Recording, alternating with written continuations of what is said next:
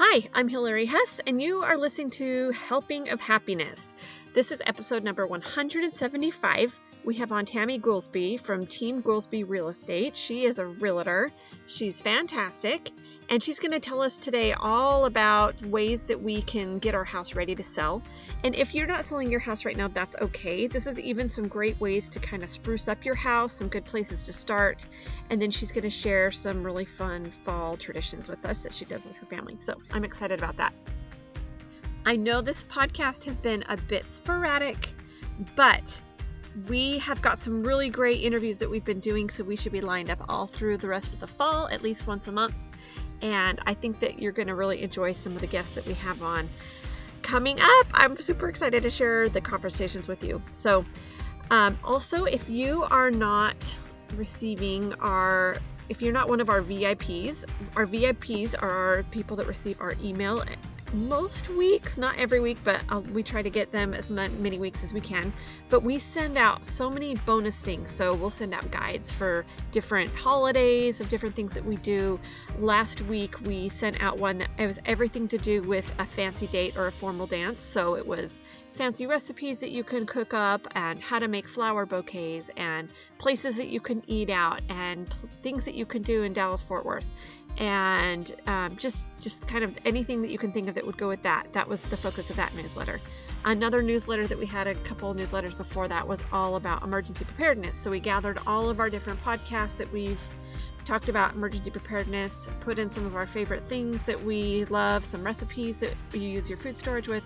So really giving you so much good stuff, and it's a free newsletter, and so just sign up. You can find that in our show notes, so you can have this VIP access and get all these awesome freebies sent to your email. So okay, here, let's go ahead and talk to Tammy, and hope you enjoy the chat. Okay, I am super excited. We have not had a new episode for a couple months, so I am really, really happy for our guest we have on today, Tammy Goolsby from Team Goolsby Real Estate, who is also my husband's cousin, who I love so much. So this is going to be so fun for me to have this conversation with her for you to hear. So hey, Tammy. Hey, Hillary, how are you? I'm so good. This is just such a treat for me because I feel like every time I have a conversation with you, I'm learning so much, and I'm just really loving everything that we're talking about. So I'm excited that everyone else can hear what we're discussing today. So before we get started, will you just tell us a little bit about you and about your family?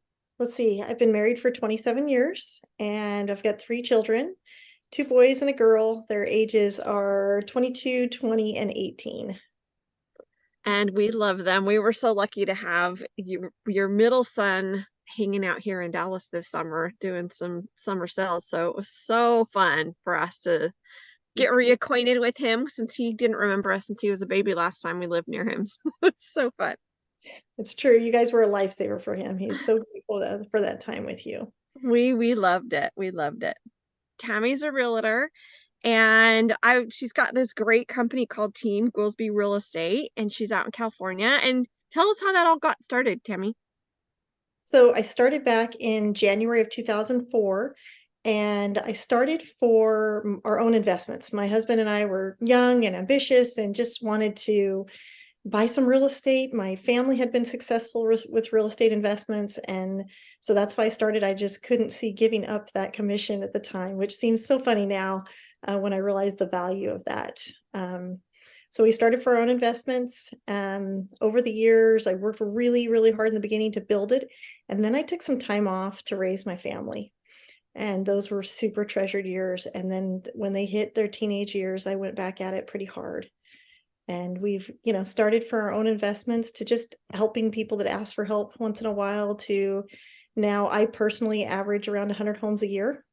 We've got 3 realtors on our team and 3 paper pushers, as I call them, and a marketing coordinator. So there's 6 of us working together, and we rank in the top 1% of realtors in the United States. Well, That's amazing. So amazing, Tammy.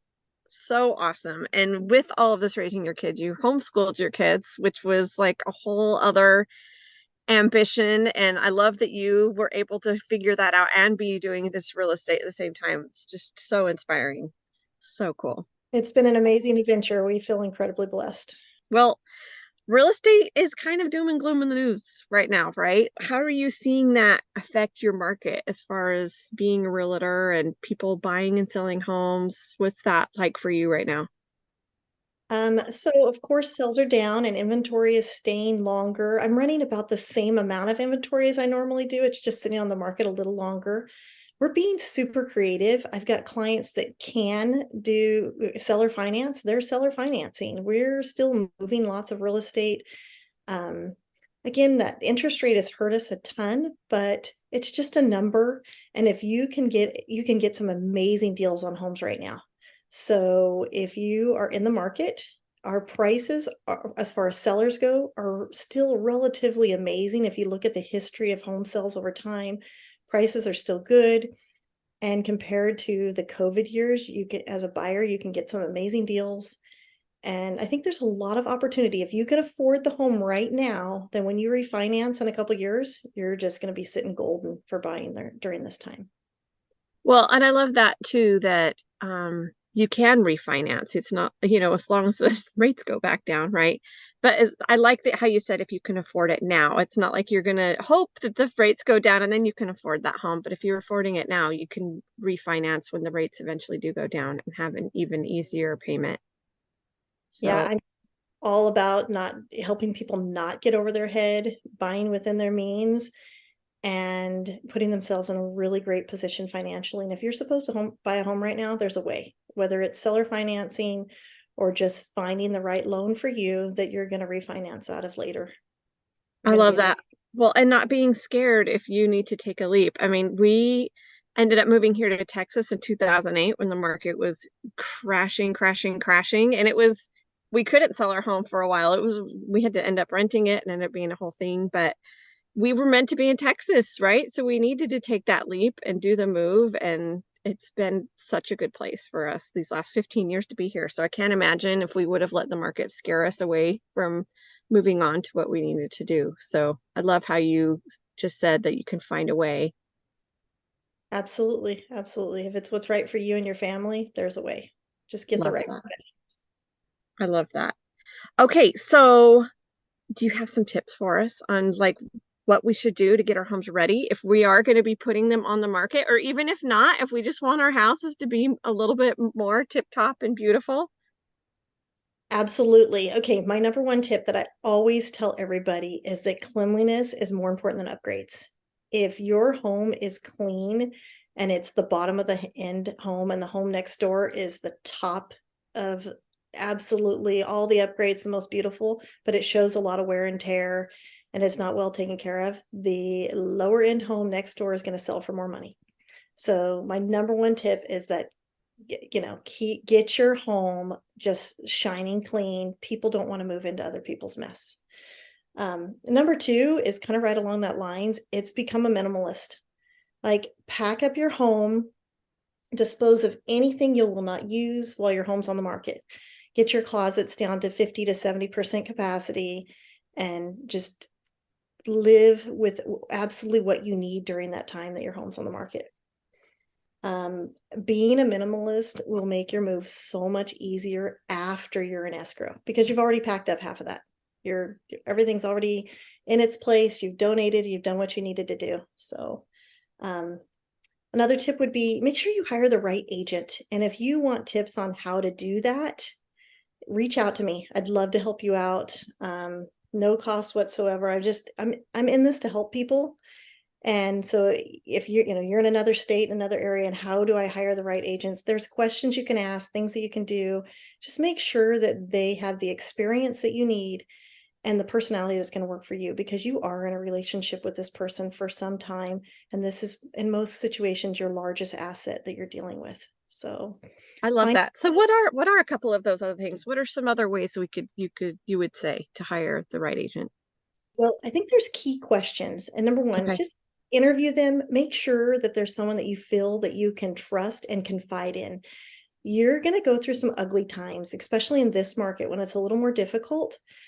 And you want somebody that's going to be able to work with you. You feel like you can trust somebody who's your advocate, somebody who's ambitious and willing to go to work and work hard and has your best interest and the forefront of their mind.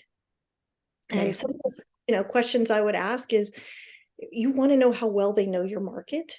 You want to know what their experience is. And then just anything that's unique to you. If you need a rent back, if you need help with moving, if you just need professionals to get your home repaired, do they have all those resources? Are they ready for you? Because the right agent who has all those resources is going to make your life so much easier. Oftentimes I see people, pick their niece or their friends or those kind of things. And that's not necessarily a bad thing. I think everybody needs to start somewhere. But you just have to remember this is a stressful transaction, and it may not be what's best for family. And a very expensive transaction.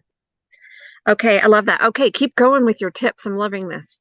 Okay, so the final one I put down was listen to the experts. I've had so many people come in and, we're going into these beautiful multi-million dollar homes, right down to, homes that are $300,000 or $400,000.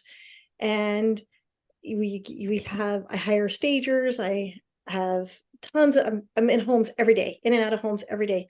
Listen to the expert. There's so many people that they don't want to do simple little things that will help the home sell, whether it's the staging process or falling in love with their favorite color paint and not realizing that the whole world might not love that paint color, or just refusing to take down the family heirloom doesn't appeal to everyone out there. So I would say listen to the experts. Thousands of dollars are left on the table every day because of emotional. And in this case, just try to pull the emotion out of it. We love our homes. We love the memories we made in those homes, and we want that to go to the next person. And nobody wants to move into your home. They want to move into their home. Mm, I love that. That's a great tip. I feel like just that line right there. They want to move into their own home. What are some ideas to have some better curb appeal? Because you came to my house this summer when it was like a disaster zone because we had just had the hailstorm. My screens are all shredded, like everything was nicked up. My fence was a mess. And we recently had our roofers come and just redo everything. New roof. They painted anything that could be painted, front door, back door, eaves. They rebuilt our chimney, did the fence, we had to have so much work done. And I cannot tell you how motivating it was for me to clean everything else up in my yard. Just having that done, it was like, okay, so we tore out all the weeds in our beds and we planted new flowers and dressed up the porch. And it just feels so, so good. But I would love to know even more, like, what extent do we need to go to, or what do you suggest as far as curb appeal goes? Well, you did all the right things. Well, Absolutely. thank you. My number one thing that I would tell somebody is when I approach that door, am I entering my home and how does that feel? And so what I want to make sure is that home an appealing color? There's lots of popular colors out there, but maybe it doesn't quite go well with in California, it's usually stucco, but in Texas, it would be brick. Yeah. How does it go? Where is it on the color wheel? I want to pull out something that's really going to be beautiful, but not something that's really stark and shocking, something that feels homey and different. Like, for instance, we recently sold a home in, it was in May, and we had a gunmetal brown door, which I loved, but I knew it wasn't memorable. And we painted it a sage green, and I just thought, why didn't it just look so beautiful with the different beige colors that were on our door before? And I just thought, why did I not do that years ago? And then I would pick a beautiful, simple wreath, something with complementary, whether it's flowers or whatever you choose, complementary colors, and put that on the door. And then make sure it's free of all cobwebs. You want that light fixture next to the door really clean and fresh looking. So I need to get the bird's nest out of my light fixture, probably. That's been there for like years. That is to do. We need to rehome those birds. They can come back next year as long as we've got the home sold and ready to go. And then, what you did, the flowers, those kind of things, just, fertilize the lawn, just freshen things up. But I would say put a lot into that front door, because that's their opening as they approach their future. And how does that feel to them? I'm all about the impact that emotion has on a home, when you're purchasing a home. Emotion's huge. This is where my family is going to be. This is where I'm going to love life, experience life, make memories. And so it's just that approach right there at the stoop of the front door. I think that's super important. I love that. How about moving tips? Do you have any moving tips for us? Because man, moving, it's rough. And you've done a lot of cross-country moves, so I know you've done a lot of moving yourself. I've done my fair amount of moving and helping move and coordinating moves. And I would say my number one tip, particularly if you are moving more than just a few hours away, sell everything you can. And that is so hard because I made the mistake the first time of not. It's really easy for us to be emotionally attached to things and stuff. But as we know, things and stuff aren't necessarily what brings us into the eternities. And I can't tell you, I myself made the mistake of packing all kinds of stuff up, moving to my destination and throwing away 50% of it because either it didn't go in this house, it didn't make the move. Lots of stuff gets damaged in a move. Yes, doesn't it? That is one I feel like we had so much stuff damaged when we did the California to Texas move. It And I've just done it is both ways such a bummer. with the U-Pack and the, my husband was in a career where they professionally moved us. I think the move goal was probably 10 years ago and it cost $28,000, which seems like huge 10 years ago. And they broke more stuff than we did moving on our own. So Ugh. you're going to have casualties, part with as much as you can, and then treat yourself to new stuff with all that money you're going to make from selling it or saving on your taxes by donating it. Just treat yourself to the freedom of not having all that baggage and get what you like when you get there, what goes really well with your new home. So I would say that's my number one tip. My number two tip would be get a realtor who's experienced so that they can help you with that transaction and that transition. I think that it just makes life so much easier if they've got the right contacts for you. I can anywhere from somebody wants to do it all themselves tips to I don't want to touch anything. I want someone to come out in here and there's people that can help with that. I So love that. I've never thought of going to a realtor for my moving tip. I mean, I guess also because we just have always done it ourselves, so we never really thought about that being part of it, but it really should be. absolutely. And I work with people that, do every bit of it from the packing, the loading the trucks, the hauling the trucks, and the right down to scrubbing the house to people that, they don't want to, they just want to take their toothbrush and drive to their new home and have everything there and set up. Oh, And there's ways of that doing does that. sound dreamy. I've never had that luxury before. I don't know that anything would be unpacked the way that I want it, but it would be really nice to not have to hassle with it.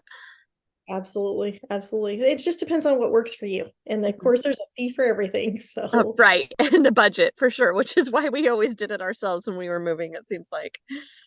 absolutely. I understand that. I tend to be on the self-sufficient side too, but I like to know where my resources are. Yeah, no, it's so well, and sometimes you don't have that option, if you're moving and you're in bad health or your spouse is traveling a lot, or there's just so many different circumstances that come down to, or just that you maybe have a little extra cash and you can afford those things, and it's really nice to not have to bother with it. So put your energy in other places. Absolutely. Anything else with moving? I think I cut you off there. No, I think that gets you the gist of it. I think depending on your area and your location, I would, consult the professionals and make sure you know who knows who those people are. What do you feel like the best areas in the home are if you're going to spruce up? Because sometimes there's just so much that you need to spruce up inside. It's hard to tackle every single project, especially if you need to move quickly. Is there certain rooms that you know that those are the ones that are going to get you the most bang for your buck to get cleaned up and ready first?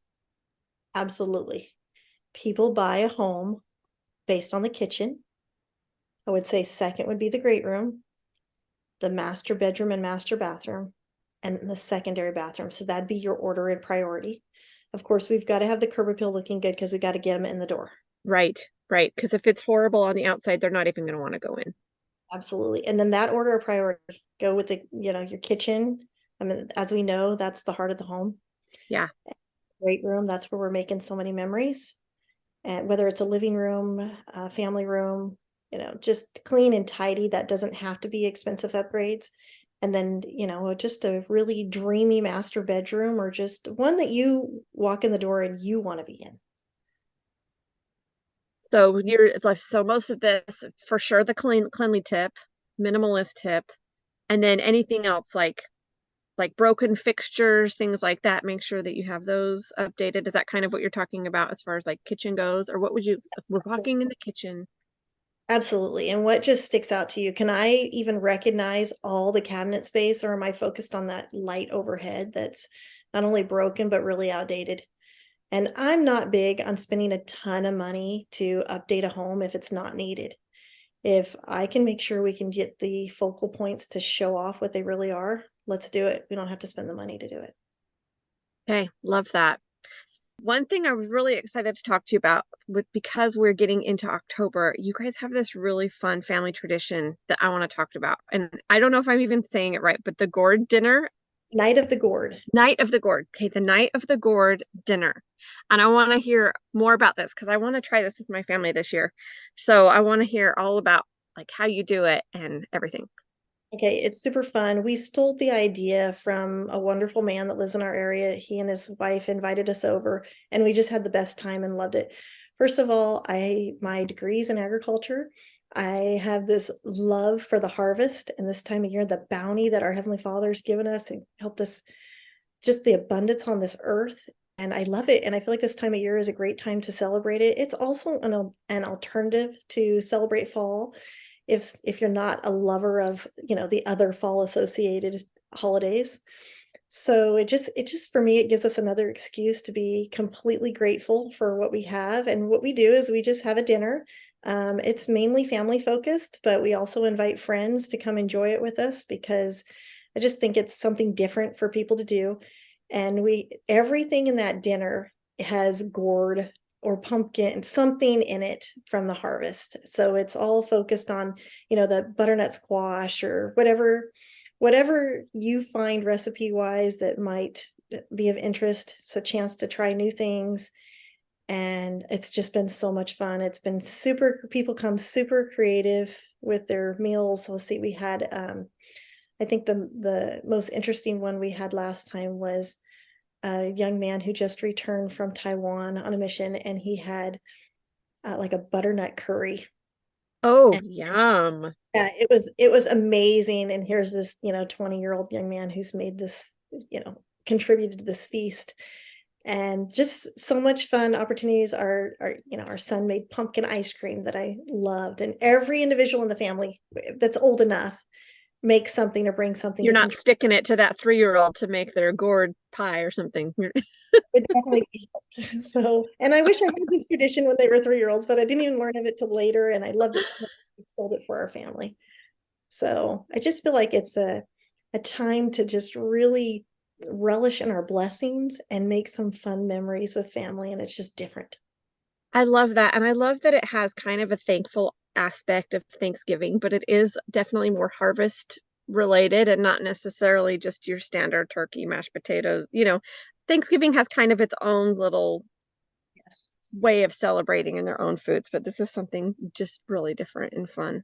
Ah, I want to come and make my pumpkin cheesecake for you. That would be just like such a fun dessert to go on the end of it, wouldn't it? That was amazing. I would love that. Oh, oh, we have to link up all our pumpkin and squash recipes on the show notes so people can make their own gourd dinners, I guess, maybe. But that sounds so, so fun. And do you have any like games or activities, or is it more just a time to gather with your family and friends? Gather and visit and talk. There might be times where, something turns into charades or something like that, but for the most part, it's just all about the food and sitting around and visiting and getting to know each other better, if it's friends or just, well, there's always a fun thing to talk about when our family gathers. I love it. I think that's so special. And I love that you're making that extra effort to gather because I just think that we get so busy in our lives that it's great to take those pausing moments to do that. So I always love a fun theme for a gathering. I think that's awesome. I have to give the credit for that gather to my daughter. She puts so much effort into bringing it all together and tying it together, and I get blessed by all these amazing family memories we're making through it. That's so cool. I love that because your daughter's a teenager. So the fact that she's already being such a contributor to that, I think just as such a great thing to look to in the future for her as your family just keeps growing and growing. That's so cool. Absolutely. I love it. Man, those younger ones, I kind of wonder if my youngest daughter is going to be the one that's going to keep us gathering because she's the one that cries and anyone ever leaves and she never wants anyone far away. So maybe she'll be the one, maybe she'll be the one holding us to the gourd dinner. That would be super fun. She definitely is a special spirit. Love that girl. We just love her too. Oh, that's so cool. Okay, so I want to tell everyone how they can find you, and or even if they're in your area, they might want to work with you. So can you tell us how where we can find you on online? Yes. So teamgoolsby.com. It's team, and then Goolsby is Gool, S as in Sam, B as in boy, Y.com. And then you can go to facebook.com/Tammy Goolsby Real Estate. And there's another way. I'm on Instagram. If you Google my name, it shouldn't be too hard to find it. So And Tammy. I'll have links to all of those places in the show notes too, so people can just click right on it and find you. And you have lots of helpful videos on your Instagram that I was going through as well, just different tips or seeing different trends and charts and different things that I think are super helpful if people want to go find you on there. Oh, thank you. See a little bit of what you're up to too. Do you have time for our helpful and happy questions? Absolutely. Okay, so I love to share these because our blog is all about family recipes and travel tips and just different hacks for home and family. So I love bringing that into the podcast. Plus, I just really love talking about these things. So I always have these on the episodes so I can hear your takes because I learned so much from the people that I have on here. So our first one is, what is your favorite food or meal? So my whole life it's been enchiladas, and then about a year ago, I stumbled onto a restaurant that I just can't seem to get enough of. And they have this cheese and pear raviolis in a brown butter sage sauce. And, I just can't eat it enough. It's my new favorite. I think I need to come visit you in California and eat some of this ravioli. That sounds so good.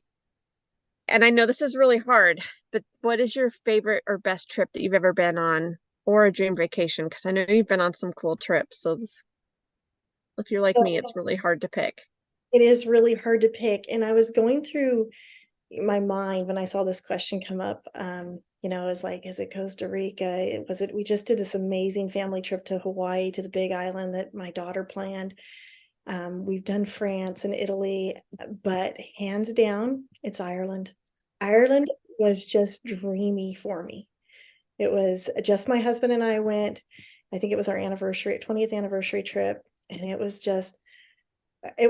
everything you could imagine Ireland to be. I was taken back 100 years, and there were men in tractors and tweed suits, and it was just, the weather was just cool and misty, and the rolling green hills. It was just dreamy. It's just magical. Oh, I just feel like I'm there with you talking about it. And I just want to go so bad. That's so fun. That's really cool. Well, and let's come back to your daughter planning the trip because that is another really cool thing. This is the first time we had one of our kids do 100% of it, and it was just out of necessity. We wanted to go. When you have sometimes you have the means, and then you do what you can to make the time and the ability.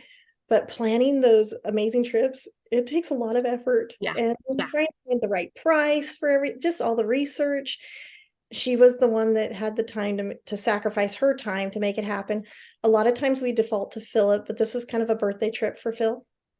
And so Dallas did the planning and made it happen. And she did a fabulous job. We loved it. It ranks right up there in one of my favorite trips. That is just so neat. I think that you delegate that. I think that's so cool. And then you can just go and enjoy the trip. Yeah. Yeah. It was pretty amazing. Well, she must have done a great job. That's so great. Man, I need a Dallas in my house. She like brings the family together. She's found planning the family vacations. She's fantastic. That's so awesome. Everybody needs a Dallas. Okay, last question. Do you have a home or a family hack for us? Yeah, I do. It's that old less is more. That simplify. I think we've been hearing that for years. I've just found that as we've done less or had less to clutter our lives, whether it's possessions or time or whatever there's been, that my connections have been deeper. The memories that we make with our family are just more cherished. and there's just less to burden us down. So whether it's, simplifying your calendar or simplifying your possessions, your budget, whatever it might be, it's just been such a blessing for me to find that less is so much more. I love feel, that. thank you. I love that. Well, and I think that you've done a good example of that. Just because, do you mind if I share this, that you're going on a mission soon? Sure, you can share that. Okay, so I love that you've kind of been doing that, and as far as because you have some goals with you and Phil to go serve a mission after your daughter goes for her mission. I mean, well, actually, while she's on her mission, right? Because she's putting in her papers and getting everything ready now, and that you took that time to downsize into a smaller home so you can be all ready to go. And has that just made a big difference to even just simplify your stuff in that process? Absolutely. There's very few items that I really truly miss. And life it's just quick and easy to keep our house clean and going, just less to be responsible for, dust, touch, all of the responsibilities that we have, stewardship over the items that we possess. It's given me more time and freedom. So I feel like that when I go on vacation and we're staying in an Airbnb and it's just easier to clean up. I'm like, this is so, I mean, sometimes it's annoying in the kitchen because you don't have the things that you want to have and you have some random pans and all of that stuff. But for the most part, I feel like I can clean up in the Airbnb and then be off still playing with the kids or doing whatever so much faster than in my own home. And I think a lot of it is just the stuff that we just have in our home. It's just so hard to constantly be finding a place for it. Yeah, absolutely. I would completely agree. I also agree that in the kitchen's probably not a place that you want to skimp too much on. Keep those favorite gadgets that save you. Especially me. Oh my goodness. Well, I probably should pare down a little bit because that's where I don't need a lot of stuff, but I love a lot of different kitchen stuff since cooking is my thing. But it really is fun to have, and it's easier and quicker. When we were on vacation one time, it was Thanksgiving, and I just know my timeline, of when we make our things, and it just took me so much longer because I didn't have the normal pans. I didn't have the normal, I'm just working with all this random stuff. And we're running to the store to get a hand mixer or whatever, it's just like funny. But anyway, aside from the kitchen, it was just felt easier. Everything felt easier. I just love that. Simplifying, less is more. It's so great. And then you can just focus on the people so much more than the things. Absolutely. Well, Tammy, oh my goodness. I could talk to you all day. This is so much fun. I just love learning from you. And I think these tips are going to be so great. And I think it feels a lot more doable instead of doing a total remodel in your house, to think of your first step being just cleaning your house and cleaning stuff out. That feels way more doable. So really appreciate all those tips on the Well, real estate as well. it's fun to visit with you. Thank you so much for listening. And just a reminder to sign up for our VIP email list so you can get all of those bonus things straight to your email. Have a fantastic day.